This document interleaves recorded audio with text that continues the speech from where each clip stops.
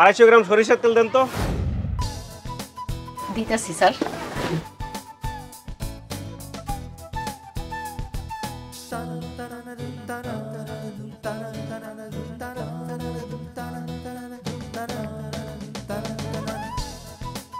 এই যে লন আপনার 90 টাকা।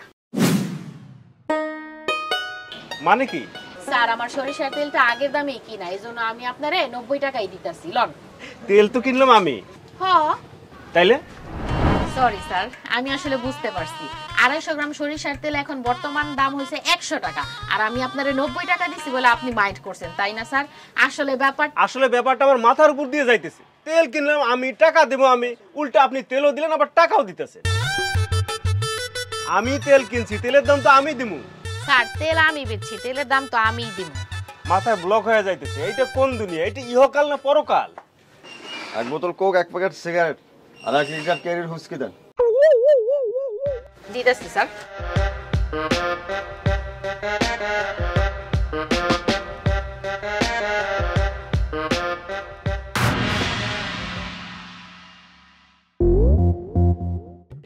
এই লন, 1 লিটার কোক 100 টাকা, 1 প্যাকেট সিগারেট 400 টাকা, আর এই যে হুইস্কি 500 টাকা, মোট হইল গিয়ে আপনার 1000 টাকা। এই যে লন টাকাটা। হুস্কির দাম তো কমছে, 400 টাকা। স্যার আমার হুইস্কিটা আগের লটে কেনা, 400 টাকা কইরাই দাম, আপনি নিয়ে যেতে পারেন, কোনো অসুবিধা নাই। ওকে, থ্যাংক ইউ। আপনি দোকানে হুইস্কিও বেচেন? দোকানে হুইস্কি না বেচলে মানুষ হুইস্কি কিনবে কোত্থেকে? কোন দুনিয়ায় আসলাম আমি? কি কয় না কয় মাথায় তো কিছু কাজ করে না রে ভাই। স্যার আপনি কি তেল নিবেন না আমার সময়টা নষ্ট করবেন? না না, আমি তেল নেবো, আমি অবশ্যই তেল নেবো। Thank you. 250 গ্রাম সরিষার তেলের সাথে 90 টাকা দিয়ে দিল। আমার দোকানে হুইস্কি হবে ভাই। কাম সরবু যাবো, যাবেন?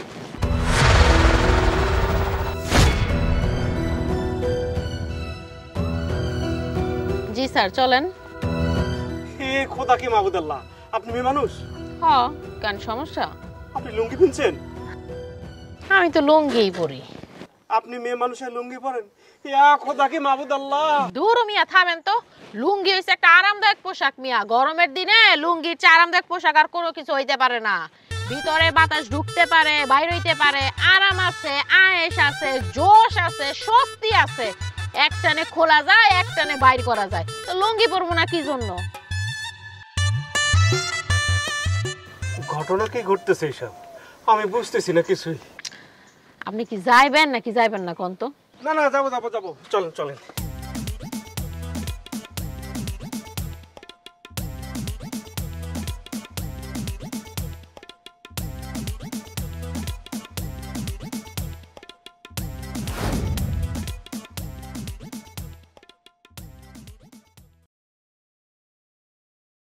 কি হলো এখানে থামলেন যে?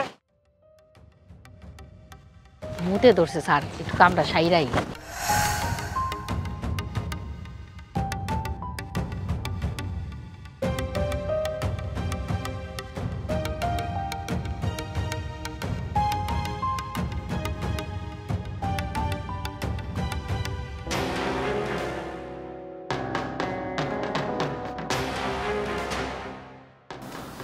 নাউজুবিল্লাহ মিন যালিক। তোবা তোবা তোবা তোবা। এটা কোন দুনিয়া?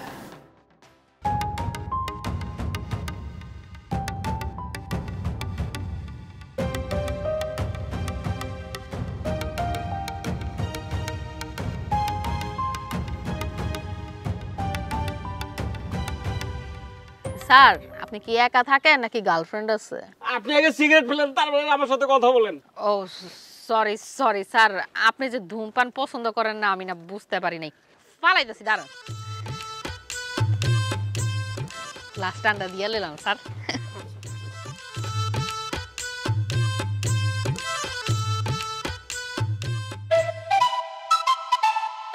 আবার থামেন, এখানে রাখেন। স্যার কইলেন না তো আপনি কি একা থাকেন নাকি লিভ টুগেদার? আমার স্ত্রী থাকে আমার সাথে। স্ত্রী? হ্যাঁ স্ত্রী। মানে কি বিয়ে শাদীর প্রথায় ওই যে বউ থাকে সেই স্ত্রী? হ্যাঁ সেই স্ত্রী। ও মাই গড, এই সময়ে এই কালে এই যুগে বিবাহ করে মানুষ? এই কথার অর্থ কি? ওয়ান্স আপন এ টাইম, আজ থেকে শত শত বছর আগের পৃথিবীতে এমন বিবাহ প্রথা ছিল, আমরা বই পুস্তকে পড়ছি। ছেলেতে মেয়েতে বিয়ে শাদীর একটা সিস্টেম ছিল। কাজী নামের একটা লোক ছিল যে কিনা ছেলে মেয়ের হাতে হাত মিলায়ে দিত। সেই বিয়েতে নাকি অনেক অনেক লোক উপস্থিত থাকতো, অনুষ্ঠান হইতো, সাক্ষীও থাকতো। দেনমোহর নামে নাকি লাখ লাখ টাকাও মেয়েকে দেওয়া হইতো। বিয়ের রাইতে যে ছেলে মেয়ের মিলন হইতো সেই রাইতকে নাকি বাসর রাইত বলা হইতো। কিন্তু 1-150 বছর আগেই পৃথিবী থেকে এই বিবাহ সিস্টেম উঠে গেছে আমরা জানি। একটা বাজে প্রথা হিসেবে এই বিবাহ সিস্টেম বিলুপ্ত হয়ে গেছে। তাহলে আপনার ঘরে এই স্ত্রী কিভাবে? আমি না আসলে কনফিউজ। আমি কই এসে বললাম, এটা কোন দুনিয়া? এটা সত্যকারের দুনিয়া। তাইলে এই দুনিয়ায় বিবাহ শাদী নাই কেন? ওই যে দেখেন পাখি, ওই যে দেখেন পশু, এই যে মাটিতে দেখেন কত প্রাণী, এরাও কি বিবাহ করে? না করে না। মানুষও সৃষ্টির লগ্ন থেকে বিয়া শাদী করতো না। মধ্যযুগে আইসা মাত্র 2-3 হাজার বছরের জন্য এই আজীব একটা সিস্টেম তৈরি হয়েছিল। তারা সিস্টেম নামক একটা জিনিস খাড়া করায়া বিয়া প্রথা চালু করছিল। একটা আজাইরা বাজে ফালতু সিস্টেম তো বাতিল হয়ে গেছে সেই 2600 সালে। 2600 সালে বাতিল হয়েছে? তাহলে এটা কত সাল? 3025 সাল। ইয়া খোদাকে মাবুদ আল্লাহ, আমার তুই মাফ করো মাবুদ আল্লাহ, আমি তো কিছুই বুঝতেছি না। 2025 সাল থেকে আমি কেমনে কখন 3025 সালে আইসে পড়লাম। এই যে আপনারা ভাড়া নেন। না না, ভাড়া তো আমার দেওয়ার কথা, কিন্তু দিতে পারতেছি না স্যার, আমার কাছে তো টাকা নাই। সেই জন্যই আপনারা জিজ্ঞেস করতেছি আপনার ঘরে ওই যে স্ত্রী না কি গার্লফ্রেন্ড কইলেন আছে নাকি? যদি না থাকে কোনো সমস্যা নাই, আমি গায়ে গায়ে আপনারে পোষায় দিলাম।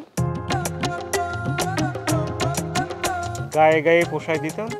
গায়ে গায়ে পোষায় দেয় কেমতে? টাকা দিতে পারবো না তো সেজন্য দেহ দিতাম। এই রুবি, আজব তো, কই গেলা তুমি? রুবি, এই রুবি। রুবি কে? আপনার গার্লফ্রেন্ড? আমার স্ত্রী। ও আচ্ছা, আপনার স্ত্রী। আপনি এখানে আসছেন কেন? 21 শতাব্দীর একজন মানুষ দেখছি, তার বাড়ি ঘর দেখার লোক কেমনে সামলাই বলেন? এই আপনি আমার বাড়িতে বাইর হন, যান যান বাইর হন। স্যার বোরে ডাকেন না একটু দেখি। এই রুবি, রুবি, এই কই গেলা তুমি? এই রুবি, রুবি, তুমি কি ঘরে নাই? এই যে আমি এইটাই ভাবতেছিলাম, আপনি আমার লগে মিথ্যা কথা কইতেছেন। এই সময়ে এই যুগে আয়া কি কোনো বিয়া করার কারণ আছে? কোনো কারণ নাই। আচ্ছা যে বাদ দেন, আপনার পাওনাটা আপনারে আমি দিতে পারলেই বিদায় হইতে পারি। আসেন, এখানে খাট পালন সব কিছু আছে, কাজটা এইখানেই সারি। এই কি সারবেন আপনি? দেহ দিব আপনারে, টাকা তো দিতে পারি নাই, এজন্য দেহ দিয়া আপনার দেনা শোধ করব। আমি তো আপনার রিকশায় আসছি, ভাড়াটা দেওয়া উচিত আমার। হ্যালো ব্রাদার, সময় নষ্ট হইতেছে, এখন আসেন দেহদান সমাপ্ত করি। আমি দেহ চাই না। আমার তো দেহ দিতে হবে রে ভাই।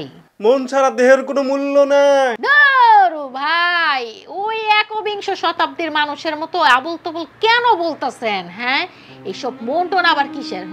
শত শত বছর আগে এসব মন্টনের বিষয় ছিল, এখন বাস্তবতা হইল মন কোনো কিছুই না। আসল কি? আসল হইতেছে দেহ। এখন আসেন আমরা দেহদান সমাপ্ত করি।